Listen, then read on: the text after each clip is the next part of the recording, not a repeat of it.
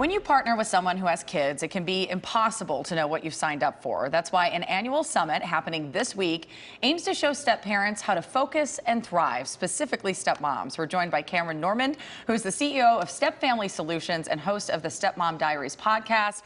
Thank you so much for being here. We appreciate it. I have to say, I'm a stepmom myself, and I saw that the summit was coming up. I feel like there are so few resources for step parents. Can you talk about the summit and why it's important for families to participate?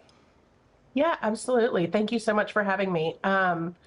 Yeah, there really are for step families, which make up about 40% of American families. There are staggeringly few resources out there. I think that a lot of people kind of lump in parenting resources, but the reality is that step families and second families are very, very different than first families.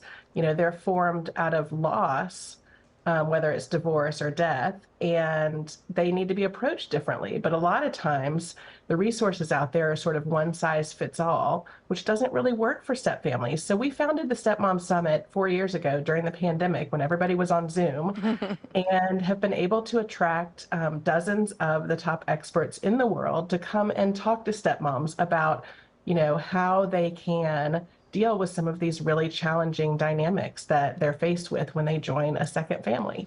Yeah, because it's not just about, you know, the stepchild, or maybe you bring a child into the relationship as well, that you're trying to blend that family, but there's exes involved, there's, you know, in-laws involved. There's so many different dynamics that can take place and happen. And everyone has feelings that you don't want to, you know, upset or hurt or you know, kind of stomp on. So can you talk about how hard it can be to blend families? I feel very fortunate. My stepson and I have a great relationship, but sometimes it's the kids don't like you, sometimes it's the ex doesn't like you. There's just so much to this dynamic.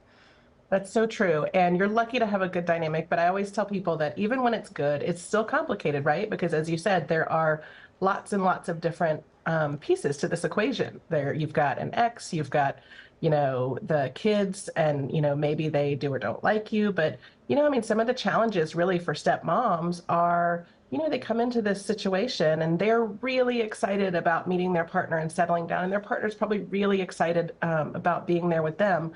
But, you know, the kids may not be. And by the way, that's a totally natural reaction, right? The kids have experienced a loss, again, whether through death or divorce, and they may not be happy about stepmom being there. So it's really sort of figuring out this tough dynamic that stepmoms have found themselves in, and sort of figuring out what their role is, how they, you know, are working to co-parent with their partner, how they're interacting with the ex. And it's, you know, things as mundane as, you know, showing up to school events or going to doctor's appointments. All of those are more complicated in a step family.